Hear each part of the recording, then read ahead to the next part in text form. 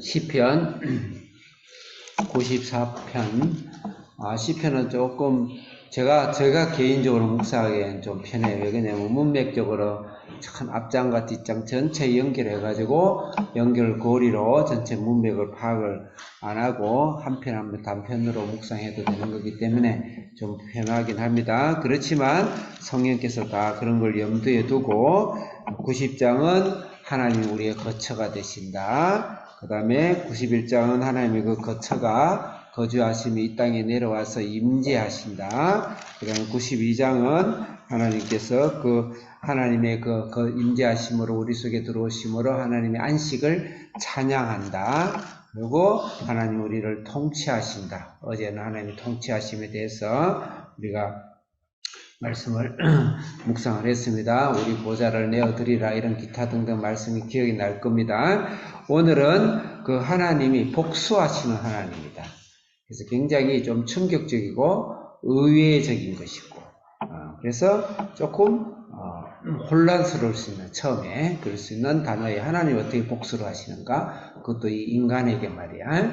그렇지만 하나님은 복수하시는 하나님이시다. 그래서 이 복수를 생각하다 보니까 이제 많은 학자들이나 목사님들이 성경 전체 볼 때 하나님이 그 문자적인 복수는 안 하시거든요. 그래서 굉장히 강조법인데 그러다 보니까 이제 많이 변호를 해야 되고, 그래서 알레고리적인 해석을 요셉을 봐라. 요셉은 형들이 팔아먹어가지고 죽게 생겼는데 나중에 총리가 되고 나서 오히려 형들을 용서했다. 다윗을 봐라. 그 사울왕이 자기들을 왕을 세워줬고만 사울왕이 끝없이 죽이려 했는데도 죽일 수 있는 동굴에서도 사울왕을 살려주고 다윗은 사울왕을 원수를 갚지 않았다. 예수님은 원수를 사랑하려 했다. 그렇기 때문에 하나님은 그런 복수는 아니지만 그런 의미로는 아니다. 이렇게 이제 해석하는데 맞습니다. 크게 볼 때는. 그렇지만 성경은 항상 그 성경 본문에서 먼저 1차적으로 하는 말씀을 찾아야 됩니다. 오늘은 하나님의 복수 혈전에 대해서 말씀을 좀 나눠보도록 하겠습니다. 하나님은 반드시 복수 혈전을 하시는 분입니다. 근데 복수 혈전의 대상자를 어느 한 사람보다는 내면적인 기준을 가지고 있습니다. 그래서 표면적인 오늘 본문의 구조는 1절부터 11절까지는 인간의 죄악상을 고발하는 것이고 20절부터 12절부터 19절까지는 그 죄악을 심판하심을 경고하는 것이고 20절부터 23절은 간절히 그 심판을 우리가 기다리고 기대하고 하나님을 소원하는 것이고, 지금 본문이 하나님의 복수에 대해서 그렇게 성경을 구분하고 있습니다. 그렇지만 오늘 내면적인 문맥적인 것은 1절부터 11절은 그 복수의 대상이 무엇인가, 죄악이 어떤 존재인가를 다루고 있고, 두 번째로는 12절부터 23절 끝까지 그 복수를 하나님이 어떻게 하시는지, 하나님의 복수 방법은 다르다는 것이죠. 그것으로 우리 신앙을 적용해야 되겠습니다. 먼저 복수의 대상자 1절부터 11절을 1절에 보면 같이 읽겠습니다. 1절만 읽어보겠습니다. 크게 시작. 여호와여, 복수하라 두 번이나 했기도 하나님 반드시 복수하시는 분이에요. 그걸 단지 문학적으로 상징적으로 하시면 안 되고 하나님은 복수를 하신 분이신데, 하나님 무엇을 복수하냐면은 3절에 읽어보겠습니다. 3절 읽겠습니다. 시작. 여기서 악인 악한 자를 이야기하는데, 하나님은 악인을 복수하십니다. 그 악인의 목록들, 악인의 종류들이 지금 3절부터 11절까지 쭉 나와 있습니다. 그래서 악한 행실, 악인은 어떤 악인이 있는지, 어떤 것이 악인인지, 어떤 것을 하나님이 그 악인을 복수의 대상자로 삼는지, 첫째로는 4절에 보면, 4절에 한번 읽어보겠습니다. 시작.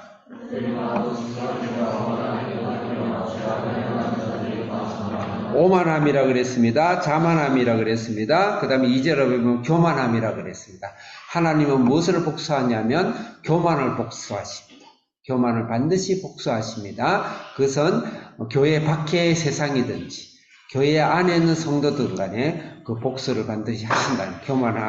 교만함이라는 것은 자기가 하나님 자리를 차지하는 것이 교만이에요. 영적 교만이죠. 아담과 하와가 교만했죠. 자기가 하나님과 같이 동등되게 되려고 한 것이 바로 아담 하와의 제약이에요. 그 교만을 통해서 우리는 어떤 현상이 나타나냐면 이 세상의 모든 중심이 자기 중심으로 돌아가는 사람은 교만한 사람입니다.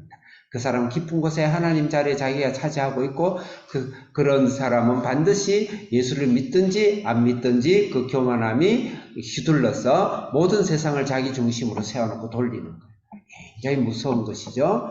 모든 것을 나 중심으로, 사랑과 인간관계도 나 중심으로, 모든 이해관계도 나 중심으로 그렇게 하는 자기 아주 유아기적인 그런 것에 대해서 하나님은 복수를 하시는 분이시다. 두 번째로 5절 읽겠습니다. 시작.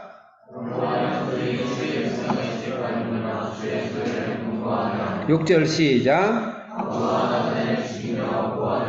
5절 6절에서는 하나님 탐욕입니다. 사람을 기업을 뺏어버리고 백성을 파쇄해서 모든 일을 부숴버리고 그래서 가부와 나그네와 고아 가장 가난하고 오늘 밥 한 그릇 없으면 온 가족이 굶어 죽어야 되는 그런 사람의 재물까지 뺏어가는 탐욕이죠. 탐욕. 그래서 하나님은 반드시 탐욕을 복수하신다. 탐욕, 이것이 이미 구조화되어 가지고 오늘 시간상 제가 설명을 하기 어렵네요. 그것에 대해서 하나님 복수하신다. 넘어가겠어요? 그래서 내가 이 재물이 우상이 되는 탐욕으로 자유시장 경제 제도에 열심히 일해서 돈을 버는 것은 성경입니다. 그리고 반드시 사유재산, 나의 개인적인 사유재산, 가족의 사유재산은 하나님 반드시 인정하시고 하나님께서 그것을 지키십니다. 그렇지만 남의 것을 불로소득으로 탐욕해가지고 뺏어오는 그런 일에 대해서 하나님 반드시 복수하신다. 세 번째로 7절 읽겠습니다. 시작. 하나님이 보지 못할 것이다. 생각지도 못할 것이다. 이것은 뭐야? 형식주의죠. 형식주의, 율법주의. 양심으로 하지 아니하고 하나님이 주신 이 말씀과 성령과 거듭남의 양심으로 하지 아니하고 양심을 감춰놔놓고 전혀 양심은 변화되고 10년 20년을 살아도 말씀을 읽어도 내 양심이 변화되지 않냐는 이런 율법주의가 형식주의. 이런 사람이 사회에 나가면 관료주의가 됩니다. 관료주의. 나 할 일 다 했다. 근데 진짜 그 영혼을 살리지 않는 하나님 눈속임하는 거기에 대해서 하나님 반드시 복수하신다 이 말입니다. 8절 읽겠습니다. 시작.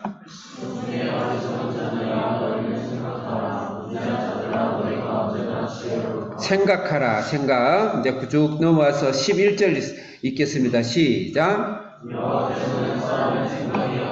사람의 생각하라. 이 말은 뭐냐면 인본주의입니다.